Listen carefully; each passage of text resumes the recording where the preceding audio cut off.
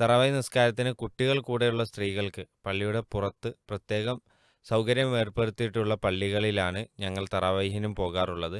ഇവിടെ പൂർണ്ണമായി സഫുകൾ ഉണ്ടാകാറില്ല. അപ്പോൾ ഇത് നിസ്കാരത്തിൻ്റെ സ്വീകാര്യതയെ ബാധിക്കുമോ? അതുപോലെ ഇടയ്ക്ക് കുട്ടികൾ കരഞ്ഞാൽ നിസ്കാരത്തിൻ്റെ ഇടയിൽ എഴുന്നേറ്റ് പോകേണ്ടി വരും. എണീറ്റ് പോകാതിരുന്നാൽ അത് മറ്റുള്ളവരുടെ നിസ്കാരത്തിന് ബുദ്ധിമുട്ടുണ്ടാക്കും. ഇത് നിസ്കരിക്കുന്നവരുടെ മുന്നിലൂടെ നടന്നു പോകുക എന്ന വലിയ കുറ്റമായി വരുമോ? ഇത് കുട്ടികൾ കൂടെയുള്ള സ്ത്രീകളുടെ കാര്യമാണ്. അല്ലാത്തവർക്ക് പള്ളിയുടെ അകത്ത് വിശാലമായ സൗകര്യം ഉണ്ടാകും. ഈ വിഷയത്തിൽ ഒരു വിശദീകരണം തരണമെന്നാവശ്യപ്പെട്ടാണ് ശ്രോതാവിൻ്റെ ചോദ്യം. അൽഹംദുലില്ലാ, സഹോദരി ചോദിച്ചിട്ടുള്ളത് വിശാലമായ ഒരുപാട് ചോദ്യങ്ങൾ അടങ്ങിയിട്ടുള്ളതാണ്.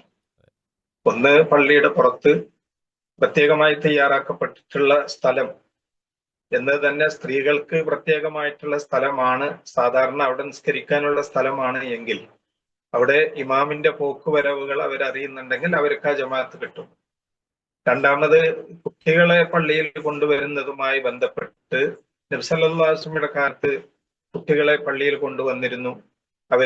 ഉമ്മമാര് കുട്ടികളുടെ കരച്ചിൽ കേൾക്കുമ്പോൾ നബി സല്ലല്ലാഹു അലൈഹി വസല്ലം ഉമ്മമാർക്ക് പ്രയാസമില്ലാതിരിക്കാൻ വേണ്ടി നമസ്കാരം ചുരുക്കി നിസ്കരിക്കുമായിരുന്നു എന്നും, അതുപോലെ കുട്ടികളെ നിസ്കരിക്കുമ്പോൾ എടുത്ത് നിസ്കരിക്കുമായിരുന്നു, ചുമന്ന് നിസ്കരിക്കുമായിരുന്നു എന്നൊക്കെ നമുക്ക് ഹദീസുകൾ കാണാൻ കഴിയും. എന്നാൽ കുട്ടികൾ വകതിരിവുള്ള കുട്ടികളായിരിക്കണം. നമസ്കാരത്തെക്കുറിച്ചും പള്ളിയെക്കുറിച്ചും അറിയുന്ന, പള്ളിയിൽ ഓടിക്കളിക്കാത്ത, പള്ളിയിൽ വികൃതി കാണിക്കാത്ത കുട്ടികളായിരിക്കണം. അത്തരം കുട്ടികളാണെങ്കിൽ അവരെ സ്വന്തം മാതാപിതാക്കള് അടുത്ത് നിർത്തി അവർക്ക് നിസ്കാരത്തിന്റെ ഗൗരവവും പള്ളിയുടെ ബഹുമാനത്തെക്കുറിച്ചും ഒക്കെ പറഞ്ഞ് മനസ്സിലാക്കി അവരെ ഒപ്പം നിർത്തി നിസ്കരിക്കുകയാണ് വേണ്ടത്.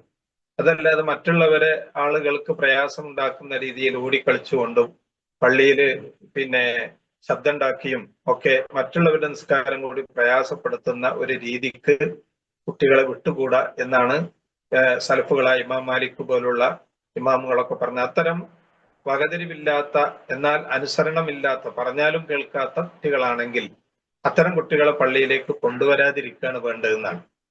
അവര് വീട്ടിൽ നിസ്കരിക്കുകയാണ് വേണ്ടത്. കാരണം ഇവര് വരുന്നതോടെ പള്ളിയിലെ ജമാഅത്തിന് വരുന്ന മറ്റുള്ള ആളുകൾക്ക് കൂടി പ്രയാസം ഉണ്ടാകുകയാണ്. അതുകൊണ്ട് തന്നെ കഴിയുന്നതും കുട്ടികൾക്ക് അച്ചടക്കത്തോടു കൂടി നല്ല നിസ്കാരത്തെക്കുറിച്ചും പള്ളിയെക്കുറിച്ചൊക്കെ നല്ല ബഹുമാനം നമ്മൾ ചെറുപ്പം മുതലേ ഉണ്ടാക്കുക. അത് കുട്ടികളെ അടുത്ത് തന്നെ നിർത്തി അവരെ പരിശീലിപ്പിക്കുകയും ചെയ്യുക.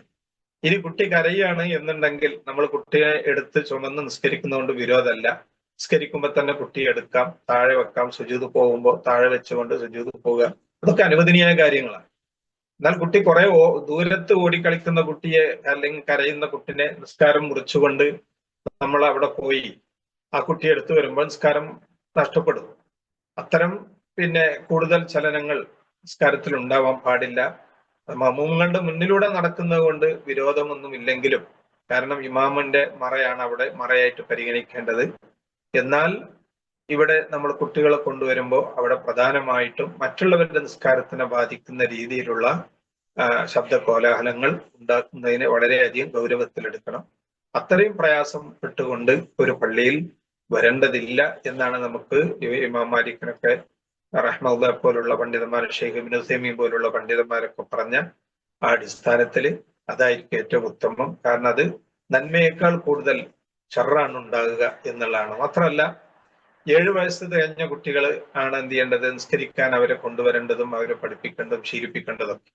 അതിനു മുമ്പുള്ള ചെറിയ കുട്ടികളാണെങ്കിൽ, ചെറിയ കുട്ടികളാണ്, ഉമ്മാക്ക് അവരെ കൊണ്ടുവന്നേ പറ്റൂ എന്നുണ്ടെങ്കിൽ കൊണ്ടുവരാം. അല്ലെങ്കിൽ അവരെന്ത് ചെയ്യാണ്, വീട്ടിൽ നിർത്തി പോരാൻ പറ്റുന്ന സാഹചര്യം ഉണ്ടെങ്കിൽ അതായിരിക്കും ഏറ്റവും കൂടുതൽ നന്നായിരിക്കുക എന്നാണ് മനസ്സിലാക്കാൻ കഴിയുന്നത്. അല്ലാഹു തആല അഅലം.